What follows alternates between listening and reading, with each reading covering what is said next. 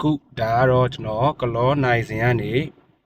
မြေခွက်ကိုသွားတဲ့လမ်းလေးကိုရိုက်ပြနေတာဖြစ်ပါတယ်။နိုင်စင်ကနေဆိုရင်ကျွန်တော်တို့မြေခွက်တီကို10မိနစ်ဝန်းကျင်လောက်ပဲသွားမှာဖြစ်ပါတယ်။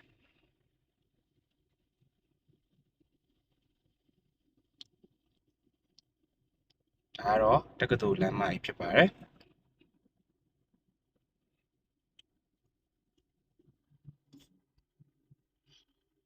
ဒါတော့ရှေ့မှာမြင်နေရတာကတော့ဒါအခွန်ရုံးနဲ့ရေစင်းရုံးဖြစ်ပါတယ်။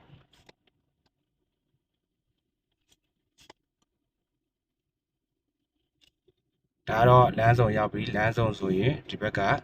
ရွှေဦးမင်လန်ဒီဘက်ကတော့တက္ကသိုလ်လမ်းဖြစ်ပါတယ်ကျွန်တော်တက္ကသိုလ်လမ်းဆိုတော့မှာမယ်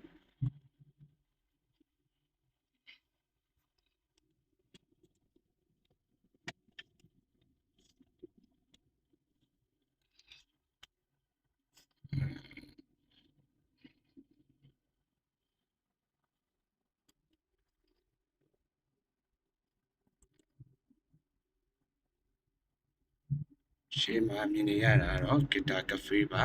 ဒီဘက်ကတော့ဒါကလော Heritage Hotel ဖြစ်ပါတယ်ဒီဘက်လေးကတော့အခုဒီနားလေးမှာရောက်ပြီဖြစ်ပါတယ်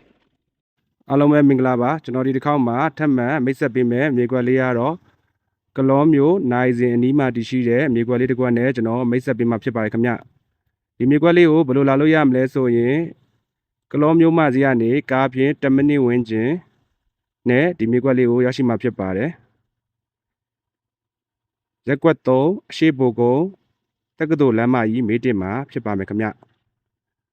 အနီးနားမှာဆိုရင်လည်းကလော Heritage Hotel Guitar Cafe တို့နဲ့အနီးဆုံးမှာတည်ရှိတဲ့မြေကွက်လေးဖြစ်ပါမယ်ခင်ဗျဒီမြေကွက်လေးရဲ့အခြေအားဆိုရင်သူကမျက်နှာစာ33ပေ